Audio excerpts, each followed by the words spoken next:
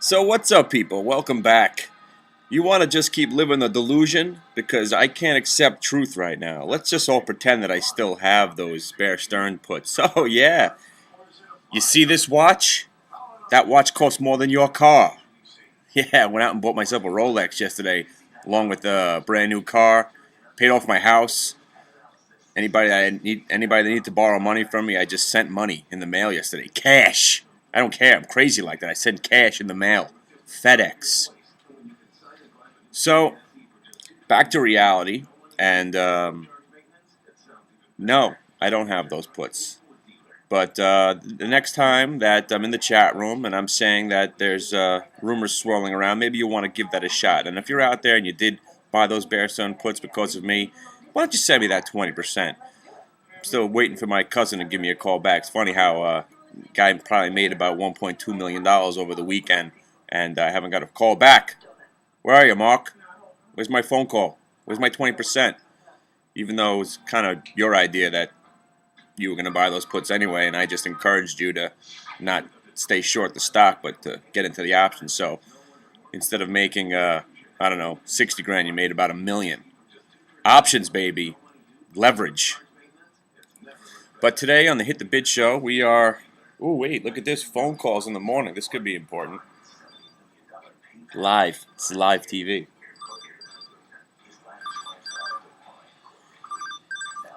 Hello. Yes, how are you?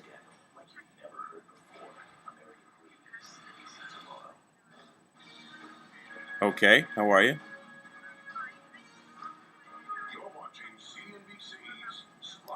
Yeah, basically, I do a show. It's called Hit the Bid, and basically, I'm a trader who makes fun of my career and all the awfulness that's happened to me in my life. And got a little bit of a following. We're trying to make a real show about it. I got some people over at Viacom who are trying to figure out how to market me. Because basically, I do the majority of the show is just me ranting and raving in front of a screen, and we have a chat room on the website where all these traders hang out. But what we're trying to do is we have a pilot that we're trying to film. It's like a fake infomercial, more or less, and we're also trying to interview someone who could be my news girl and who actually could sit next to me and banter along with me. So it's just not my face that people are looking at every day, just to spice the show up. And so basically, that's what we're doing. We're going to have you come down. You'll read a few news stories. Maybe you'll tell a few jokes, and then you'll sit with me for about 2 or 3 minutes and see what your ad-libbing or your improv skills are like, and we'll take it from there. And if we do something really, really brilliant today, we'll throw you on the internet, and we'll see what my fans think of you, kind of. Yeah. Well, today's just an audition, more or less. But when we're filming, normally everybody gets paid, about 150 or 200 bucks a day, depending on what your role is, and something like that. If you're just an extra, if you're just an extra, you don't really get paid much. But we have a lot of different things in the works where we want to do this pilot where we're going to have a full trading room floor, that kind of thing. So that's but we're hoping for bigger and better things most of the time when we have people for auditions, because I have a lot of people that are just going to be extras anyway. Yeah, I'm talking to you on the phone right now. I'm going to put it on the internet. How's that? This I record everything I do in my life. I'm like Ed TV. You ever see that movie? I follow myself around with a camera everywhere I go. Yeah, yeah. So I'm talking to you, and maybe I'll just throw this on the internet. Who knows? Yeah. So basically, it's a wacky kind of thing, and we need someone to play this over the top, bubbly kind of news girl that just gives me leading questions so I could talk about the day and that kind of thing. Just a little bit more entertaining than my mug on the screen all the time.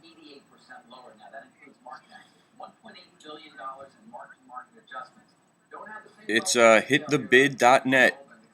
HITTHEBID. Hitthebid.net. And there's a bunch. Yeah, you could entertain yourself for days watching those videos.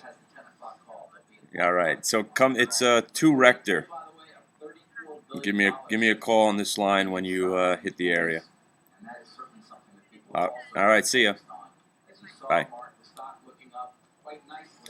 So what you just witnessed right now, today's audition day for the Hit the Bid show. We're trying to get some lovely lady co-host because again, it's enough me looking at me all the time, right? We're gonna set up a little desk. We're gonna have an office with a sign in the back. You want some signage? You want some graphics? We're gonna try to take this to the next level. Now that I have all that Bear Stearns money, I can produce the show myself. Yeah. You thought it was rain. All right. Well, anyway, EXM had a 27 bid. Somebody bought some at 28. So if you went long the EXM, congratulations. If you stayed long the dryers, fantastic. But like I said, we're gonna have to add something to this program, and we're gonna try to make that infomercial. That pool scene that you saw from the other video, that was the original infomercial. Because before this all got started and YouTube was out there, this all was gonna be just an infomercial, kind of like the Spinal Tap of infomercials. It was gonna be real, and I was gonna try to promote what we're doing now with an infomercial. So now we're kind of working backwards, if you so to speak. But that's where we're at. Divulge so much today. Ho ho. The infomercial is going to be crazy because if you're in Jersey or New York when we're filming, I want you guys to come down because what's an infomercial made out of? It's testimonials. And I know it, and you guys out there know it.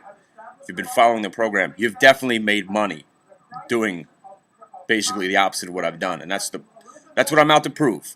I'm out to save the world and prove that nobody knows anything. And if you listen to some analysts out there, and of course Jim Cramer, which was unbelievable. I don't come on the show ripping about Cramer because Don Harold does that on a daily basis, so I want to do something else. But they asked him specifically, somebody called up, so should I take my money out of Bear Stearns? No, don't take your money out of Bear Stearns. Everything's fine. Yeah, everything's awesome. Don't worry about it. And then yesterday he came out and defending himself. This basically saying he didn't say that you shouldn't take your money out of Bear Stearns. If you were to, I don't even know how he tried to defend himself on that one. But he's like, I didn't want to start a bank run. I didn't want to start everybody liquidating. See, that's when you know something. If you know anything, you should have been suggesting, yeah, maybe you should want to take your money out of Bear Stearns. And there's a guy out there that I specialize in finding distressed companies. So basically, you didn't know shit, okay? You thought because the stock had come down from 170 down to 30 that it's a distressed company worth investing in. So basically, and now you're complaining because they overnight went down to $4. Now, what that proves is you don't know anything. You didn't know that there was a lot more behind the scenes. You were taking a gamble. You might as well have told your clients to go to Vegas because at least you get a beverage when you're laying out all your hard-earned money on the table.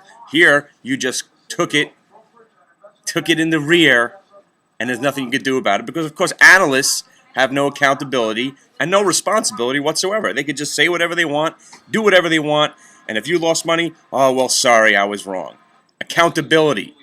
I say if you get 3 things wrong in a row, I'm not even saying everyone's going to get something wrong, obviously, but if you get 3 in a row, you're out. 3 strikes, you're out. Simple as that. You lose your job, and you have to compensate, and you lose 1 year's salary. How about that? Okay? We have to make somebody accountable for the mistakes that people are making. Bear Stearns, you messed up. Your company's gone. Over. Kaput. There's no more. Bye-bye. That's what happens. And there shouldn't be bailouts. That's what this market's all about. That's what this world is all about. You mess up, you pay. And there shouldn't be anybody there to pick up the pieces except yourself. So, no one's bailing me out. No one's sending me a check for $1.2 million because I had 200 puts on Bear Stearns 6 months ago that I lost money on. Where's my bailout?